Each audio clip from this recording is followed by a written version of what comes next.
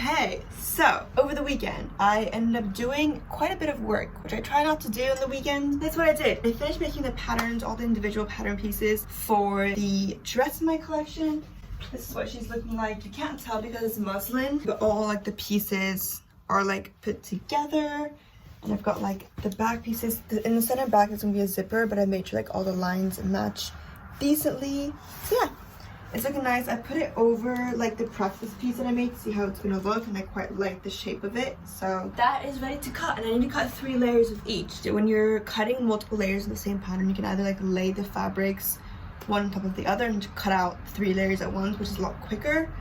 But all the fabrics are different shapes. Some of them are like wonky because I've cut pieces out of it. Some are just square, some have different widths. So it's a little bit tricky. And I have like 25 pieces, so I've got a lot to get through, but that's what I'm working on. For the piping in between these seams, I've begun taking apart the hem of this curtain, but I'm just gonna make I think 1.5 inch by strips. I'm gonna see if I want to put cord in the middle, but it might make the seams really bulky, and if that's the case, I might not put the cord in the middle and just make it like a bit of a tuck, if that makes sense. Well, we'll play around with things and see how everything turns out. I am having a really hard time ironing this curtain lining. So I bought these curtains. I bought them secondhand, but they came in the original box.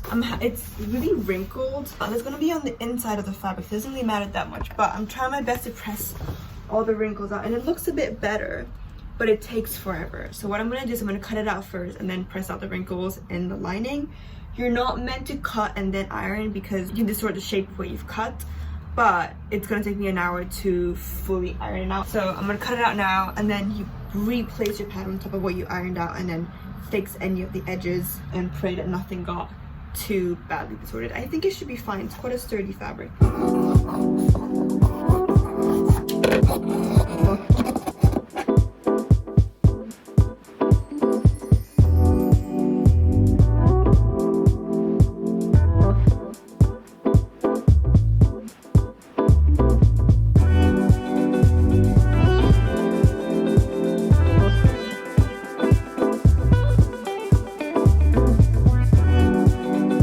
So I just want to show you the difference between what I'm able to iron out and what I can't iron out. And it's like, it's the lining, so it's not a big deal, but I still want it to be nice. Anyways, this is the ironed version. It actually looks quite nice on camera. If I put some light, I think there are a few lines like right down the middle that I cannot get rid of. But this is the other back piece. It's not ironed yet, and you can see quite a bit of the wrinkles. So I think it does a good job, and I'm happy with it.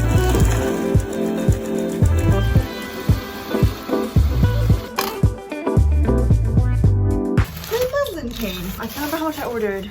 82 pounds. Jesus Christ. Yeah, I got 50 meters. It's a bit darker than I remember it to be. I think my other one is a bit lighter, but it doesn't really matter. It's a bit thicker as well, which I think is a good thing. So happy about that. It's called muslin, I think, in the US, but here I think it's called calico. Anyways, that's that. This is really big. I feel like what they don't tell you about being a fashion designer, especially like a sustainable fashion designer like myself, is it's so much laundry. You almost always have to pre-wash your fabric just in case it shrinks after you wash it. And it depends on what you're using it for, and I don't always pre-wash my fabric, but if you're using secondhand materials like me, this fabric I know where it came from like a friend's house. But I think it was in there for a good maybe 20 years, so it's not clean. I don't think it's like necessarily like disgusting, but it's also just like accumulates so much dust, and I don't want to make people wear really disgusting things. This batting specifically won't touch anyone's skin, so I wasn't too worried, but it was also just like really dirty at the bottom, so wanted to give it a good wash. One of the reasons why I'm excited to move out into an atelier, which by the way isn't anytime soon. I think that I will stick to working from home as long as I can, just I'm not paying rent in 2 different places. But if one day I want to expand or like hire other people and things like that, then I'd love to have like my own studio space. But this is very much like in 5 years time kind of thing, because I also want to work for another designer for a while. One of the things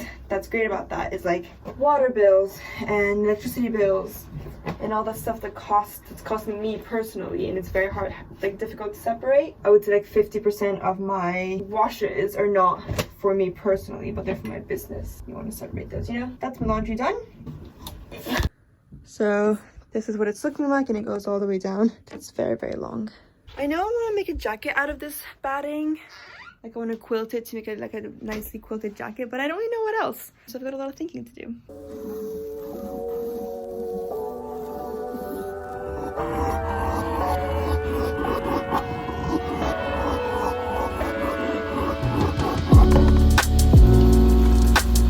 I played around with the piping. I think I'm gonna go with this kind. So it's not an actual piping, I'm just folding this piece of bias in half and I'm sewing it on the inside, just like I would say maybe 1/4 of an inch, maybe even a little bit less than that shows through. And I originally wanted to do some piping, but it's puckering a little bit and I think it's gonna be a pain to get that out of the fabric. And also it's very 3D and I thought it was gonna look cool, but I've been looking at photos online. The whole point isn't that the gold is sticking out, it's that it's embedded within the different pieces. So much as I like the idea of using piping, because I don't think I've ever done piping in my designs. I took a class called Couture Detail a few years ago, and that's where we learned a lot of really fun techniques, and I've been able to incorporate some of those things in my designs. But there's so many things that I've learned how to do that I've never actually done. So piping was one of them, but I think this looks a lot smoother and I think it's gonna give exactly the effect that I want it to. So I'm going to continue cutting these pieces out and I think I'm gonna sew them together to make one gigantic long piece. So I can just sew into all the seams. It's gonna take a while, but I'm very excited. This is fun. This is what this is what's really cool, is that it's fun.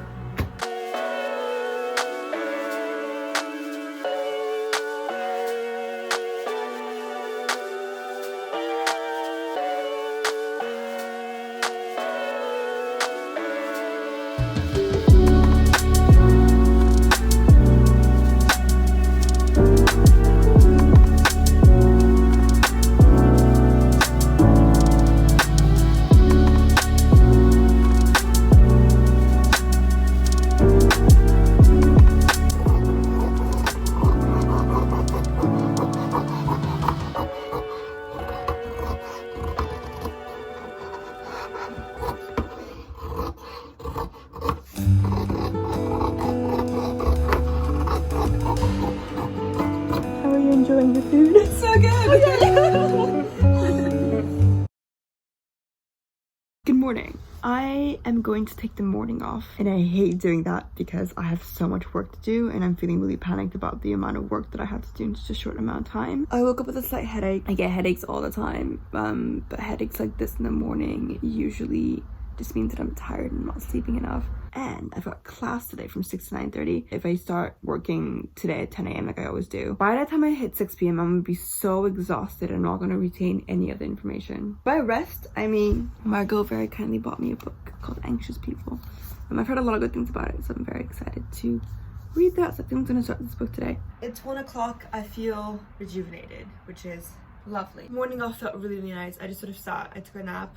I ended up doing some editing, listened to a podcast, like everything was just relaxing. Today is class day and I haven't done any of my homework, so I'm gonna do that. But first, got 23 pieces of my dress to, I think I'm just gonna stay stitch it. I think if I just keep working on it every day, it's gonna feel like progress. And it is like progress. And I'm just gonna listen to some music and then for like, it's probably gonna take me like 1 hour. Cool, cue the montage.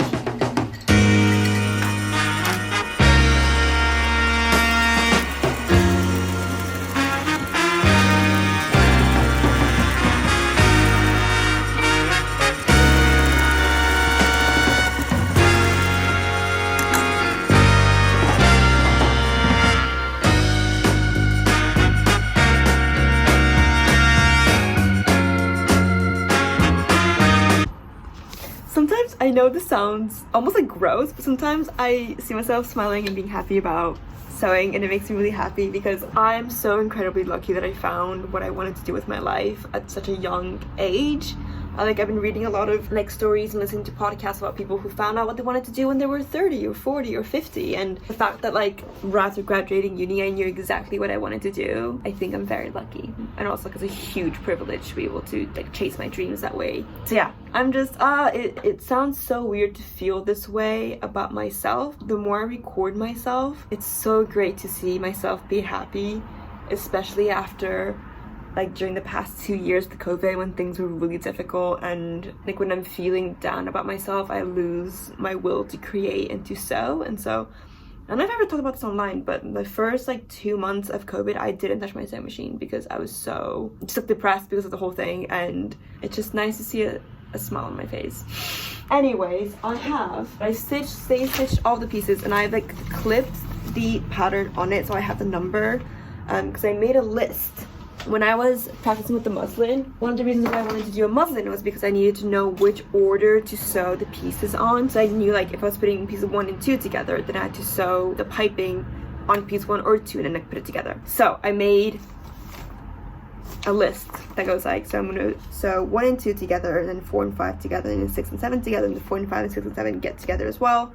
There's a whole order to do things. So I kept the pattern piece on each of the pieces so I can lay it out, and then I know exactly what pieces they go together. So that's gonna get done another time. We are now going to shift gears into fashion school homework, and I'm really proud because this took exactly an hour to do, and I said it's going to take an hour, which means I'm getting better at predicting how long things take, which is a very good thing. Homework wise, stuff that's due today, I basically have some construction stuff, and I printed it out with my new printer. Yeah, I've just got like all of these sewing exercises. They don't seem too exciting, but this is like you sort of go back to the basics the first couple of classes. So I'm gonna cut this out, practice on some fabric. I need to make sure I know exactly what fabric I'm using. So let's get to it.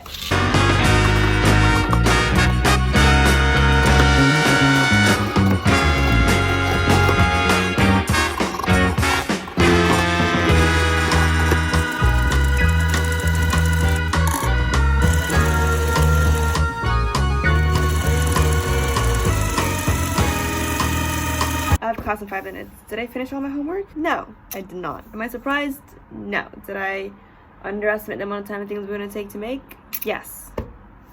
Am I surprised? No. I did do 3 homeworks. Got some square action in muslin and in red fabric, and then we've got square and curved action, and once again muslin and some red fabric, and then we have some circular action. Cool, I'm gonna make a cup of tea and then I'm gonna go to class, and then I'm just gonna tell my teacher I underestimated how long it was gonna take, and I would tell him that I would get it in by Thursday, and hopefully I don't get kicked out of the class. I'm kidding, he'll probably joke about it. So I did 3 and I had 4 more to do, so I didn't even get to half. Oh no, Emmy, when will you ever learn? I'm indeed short in ease. So to remedy that situation, I just finished my first class. I love taking these like puff sleeves. I love taking notes. I think it's so much fun, and I love the way it looks. And I get to draw little diagrams, and it's just fun. Anyways, I'm feeling quite stressed. I'm actually feeling very, very stressed because I have so much to do over the next couple of weeks. And it's very easy to fall behind in fashion school work. Well, it's not. If you do your work, you're fine. But since every assignment builds on the previous one, the more you learn about the next class, the more you're reminded that you haven't done your previous assignment. And so it just has a very specific order. And the fact that I just like haven't even started my homework that's due on Thursday like really scares me because we're building onto it, and I'm just like, I haven't done any of it and it terrifies me. But that's just like a mindset issue. I'm just really scared about the next 2 weeks, like week and a half, because I've got so much to do until I have to go up to St. Andrews and deliver some of the pieces, and I am just worried that I'm not gonna make it in time and I'm not gonna get as many things done. It's not the end of the world. I have pieces to show, but in the next 2 weeks I do need to implement some sort of changes into my lifestyle, and it's not because I'm not working hard enough, it's just because I've put too much on my plate, as I always do, and I just need to figure out a way to be able to fit everything in. I need to spend less time panicking and more time doing, and whatever happens happens, and as long as I communicate with everyone who's involved, my teachers, fashion show people, it's fine. Everything is gonna be okay. Everything will turn out fine. I've been in this position a million times before, and it's always been fine. And I'm just a little bit panicked because I'm looking at the big picture, but all I gotta do is focus on tomorrow and see what I need to get done, and be kind to myself and trust that I am a hardworking person and I get things done. So just trust that I will get there whenever I want to get there. It is 9:45. Class is over. I'm feeling a little bit less panicked now. I don't really know why. I think I was just like, whatever will be, and I will do my best, and that's all that really matters in the world. I love Alpro. Thanks for coming along. What a day. Tomorrow will also be a day, and it's gonna be exciting, and we get to live through it. What a wonderful life. All right. Bye.